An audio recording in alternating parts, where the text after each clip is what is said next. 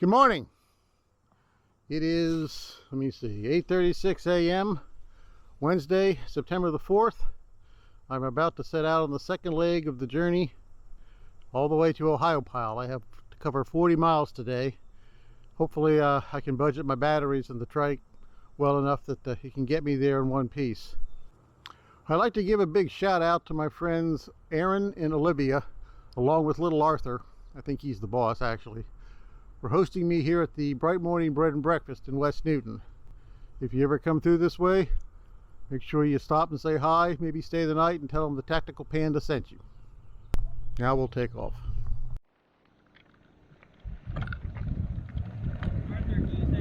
All right, hi-ho, silver away. You guys have been awesome. Thank you.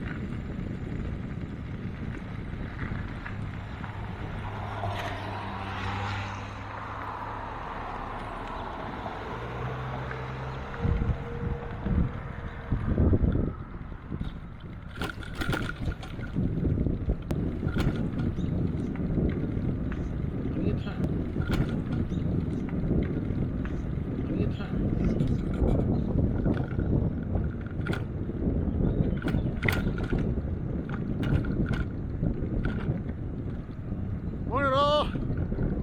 Cool dog.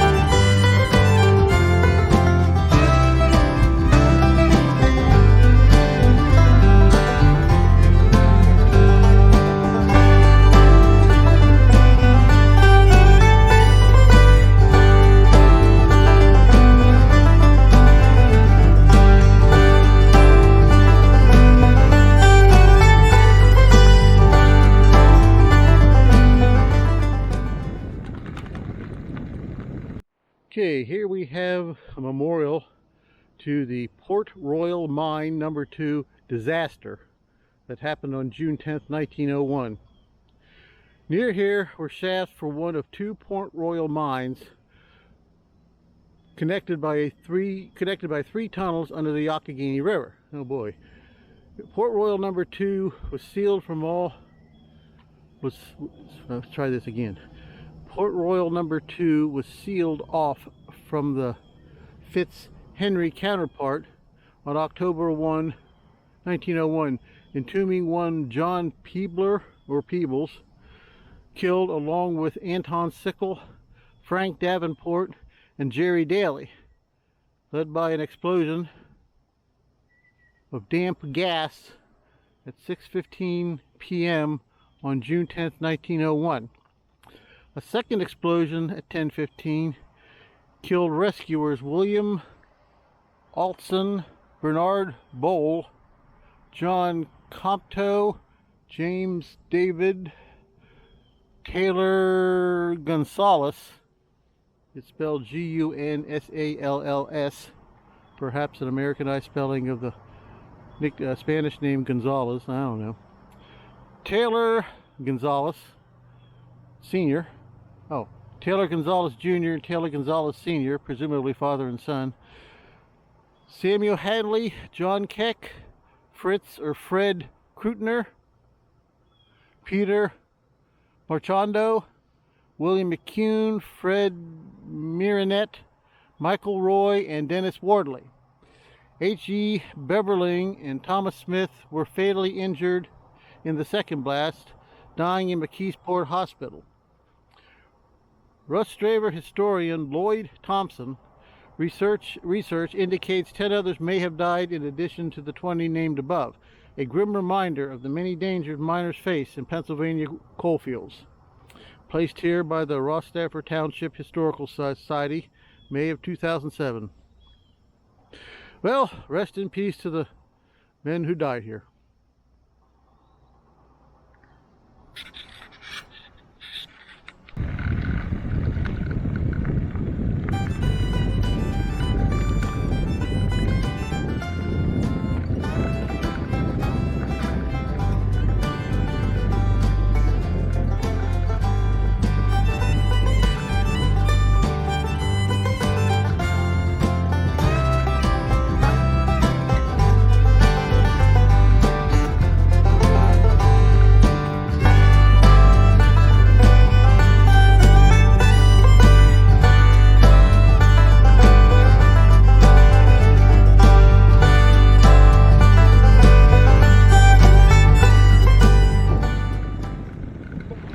Construction going on up here.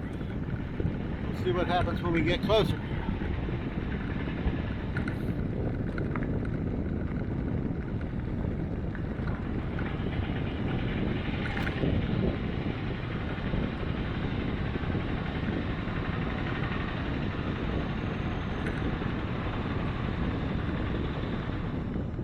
Okay, I believe we are crossing under Interstate 70 here. I'm not positive. I'll have to check it on the map when I get closer to my next base.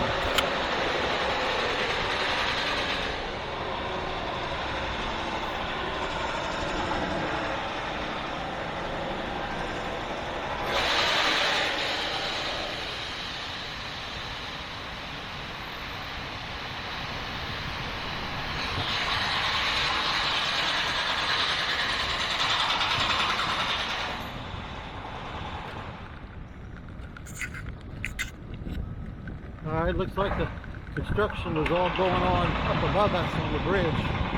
Actually, nothing fell on me and hit me in the helmet.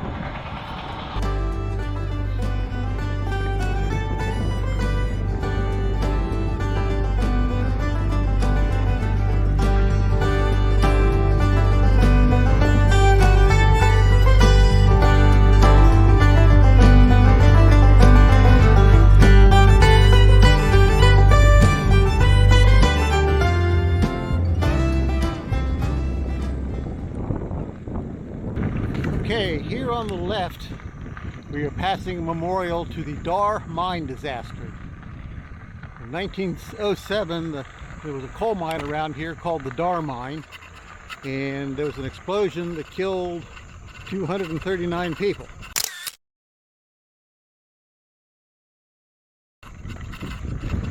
One of these little round circles here attests to each man who died.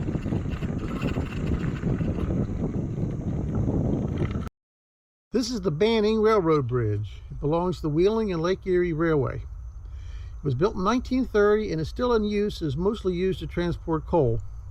Wheeling and Lake Erie Railway is a small regional railroad that serves western Pennsylvania and eastern Ohio.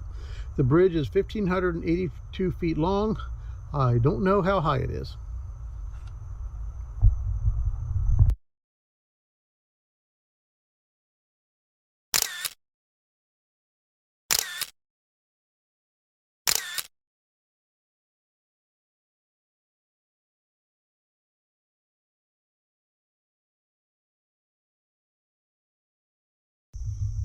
Back to the trail.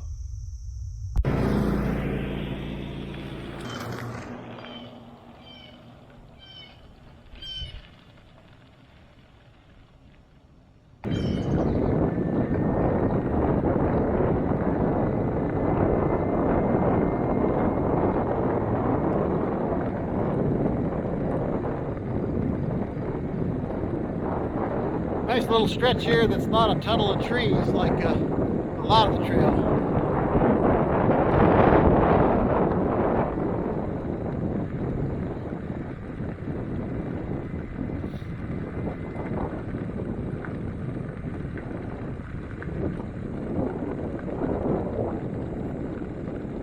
So, what do we have here? Little art shop maybe, some trail art made out of old metal wheels. This is private property, so I'm not going to go on it, but I do see a few people up there.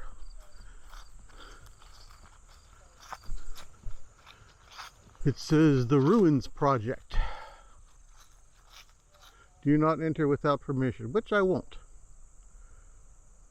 Go to the website to book your tour, www.sagermosaics.com. Okay, I did heard of that. It was one of my places I needed to check out on the trail.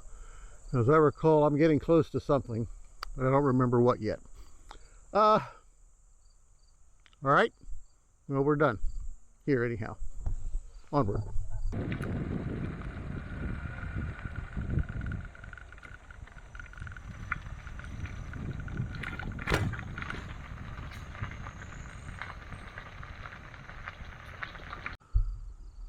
I can make a lot of progress if I didn't have to keep stopping for all these really cool scenic areas.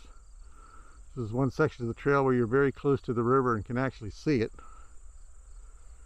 I've got, I don't know, 12 miles till I get to my next stop, which is going to be, well, I'm going to stop for lunch. I'm not stopping there permanently. And then I'll have another 20 miles to go to reach Ohiopyle.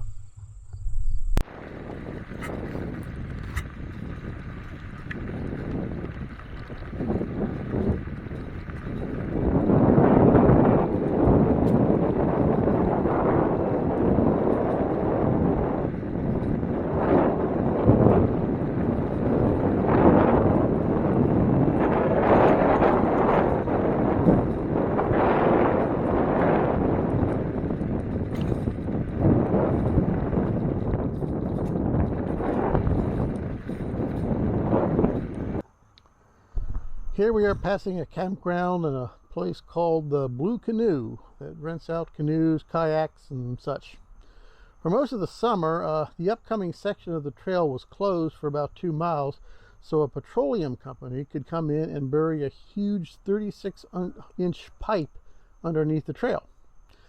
Thankfully, they generously provided a shuttle to get people around the construction site. But I found out as of last Friday, all the construction work was finished, and you can breeze right through now. So here we go.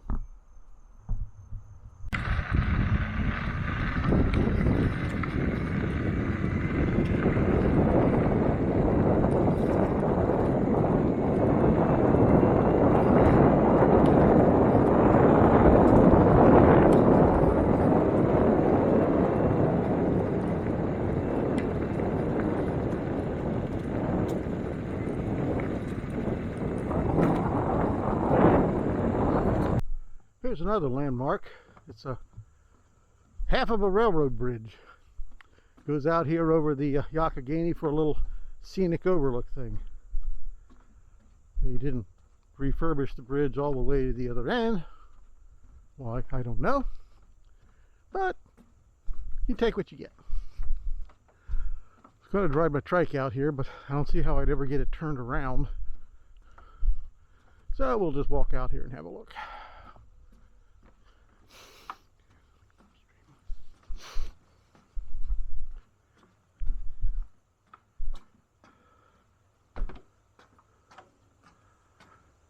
And there's what's left of the bridge to nowhere. Alright, here we're looking upstream at the Yacht. Connellsville's just a short distance up there, so I'll be stopping there for lunch here in a little bit. And here we are looking downstream at the Yacht. Very pretty out here. And there's the bridge. Catch up with you later.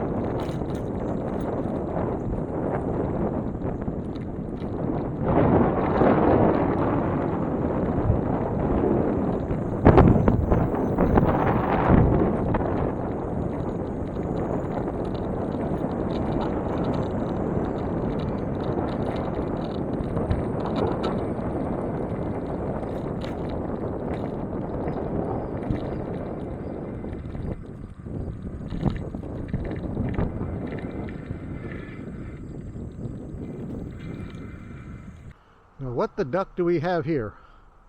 This must be the welcoming committee for Connellsville.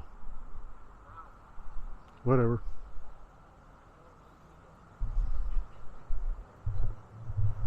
This is the Comfort Inn here in beautiful downtown Connellsville.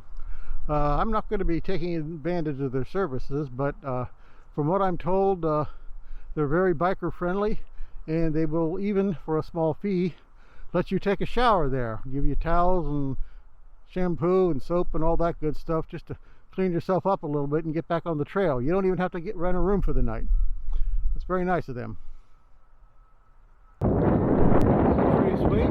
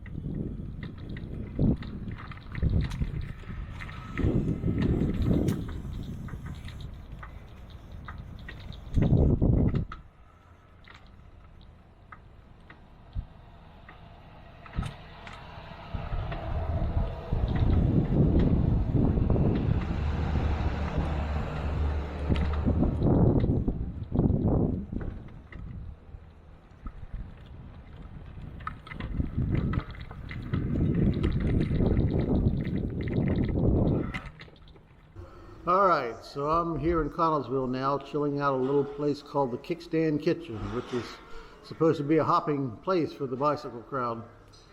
Doesn't seem to be hopping very much right now, but I'm told the food's good, and I'm waiting on a pastrami sandwich that's going to hopefully fuel me for the rest of the trip. So if you're in Connellsville, check out the Kickstand Kitchen.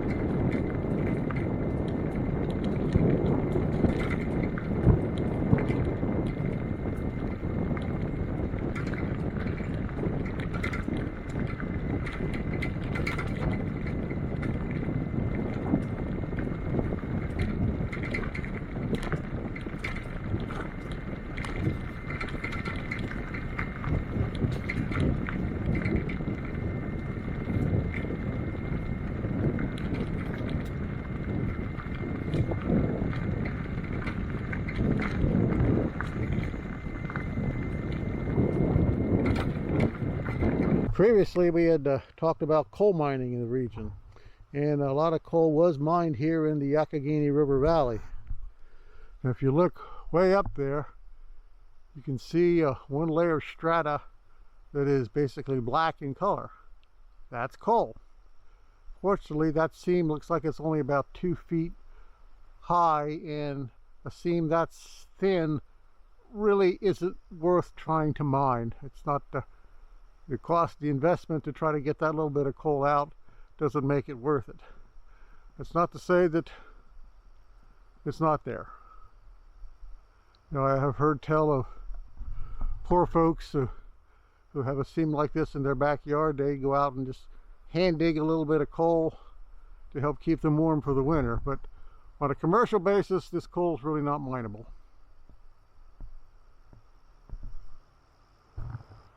Let's take a minute here and talk about my my ride. I am riding on an APIS A8 dual battery tricycle. APIS purportedly stands for Artificial Intelligence Power Assist. I don't know if that's official or not, but that's what people say. It claims to get 120 miles on a single charge of both batteries, although I haven't tested it that far yet. I have it outfitted for my trip today. I've got 2 panniers on the front wheels made by Rhino Wall. One side carries my tire repair kit, and the other tire side carries my battery chargers. 2 batteries, 2 chargers. I have this front mounted basket that I carry a lot of things in. I have my dash cam. It's an Osmo DJI Osmo. DJI is the same people that make the drones. It's every bit as good as a GoPro, but a lot cheaper. I have my A-roll camera, which I'm talking on right now and filming on. I also have my B-roll camera, which I will set up alongside of the trail if I want to record myself going past. I also have an old cell phone that I will momentarily mount on my handlebars facing me, so if I want to do any selfie shots while I'm riding. And this solar powered battery pack, which isn't as impressing me as much as I thought it would. I got a custom seat made by Blue Wind. Of course, my cell phone mount, my water bottle. Here in the trunk, I have all the stuff I purportedly can't live without. The black and yellow tub holds the bulk of my stuff. That's the trunk. And on top is the little case I normally keep all my cameras in. And proudly flying Old Glory on top of everything else. And that's what's hopefully getting me where I'm going. I like it a lot. It's been a very good bike, trike. Of course, it's a trike. Of course, they have to have the custom European style license plate on the back.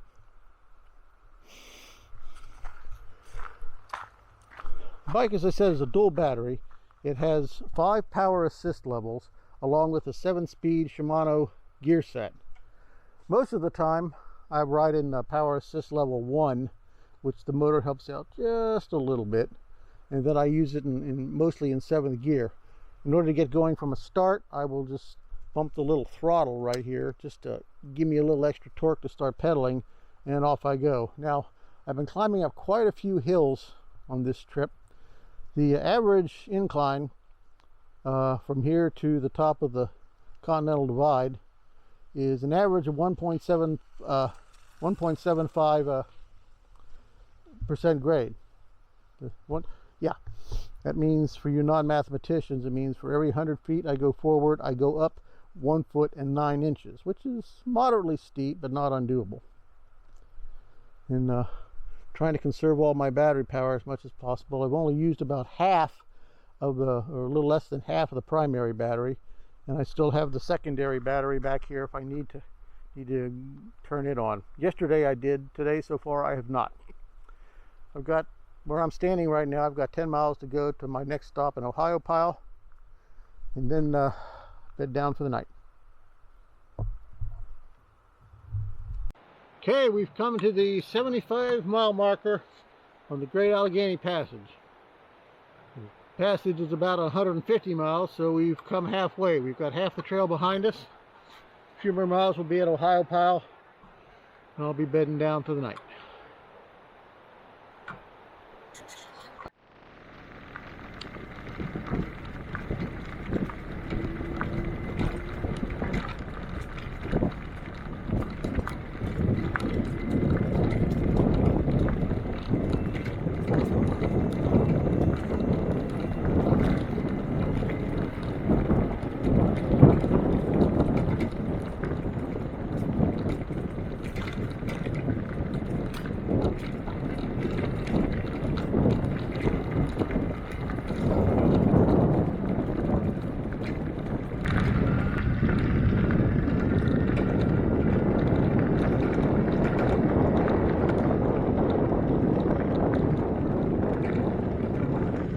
Coming up on the Ohiopyle High Bridge.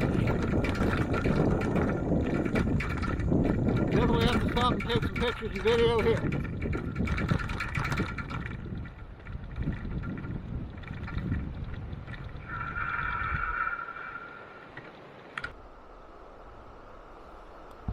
Here we are at the Ohiopyle High Bridge, filming upstream. Ohiopyle is known for its whitewater canoeing and rapids, and you can see we got plenty of rapids over there. And now looking at the downstream side,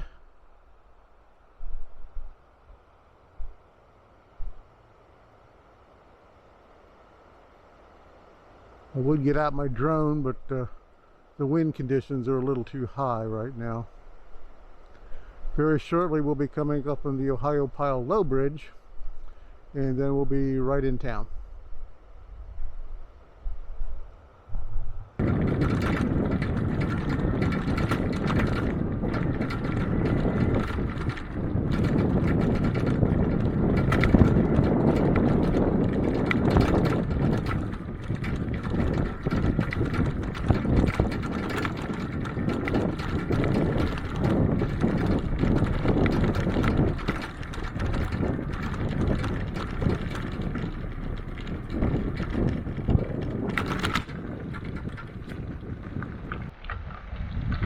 This is the Ohiopyle Low Bridge.